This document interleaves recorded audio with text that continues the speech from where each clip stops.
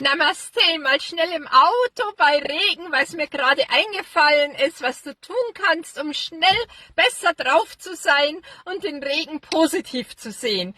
Du atmest ein, gehst mit den Händen nach oben und stellst dir vor, das sind lauter Glücksregentropfen und die lachen.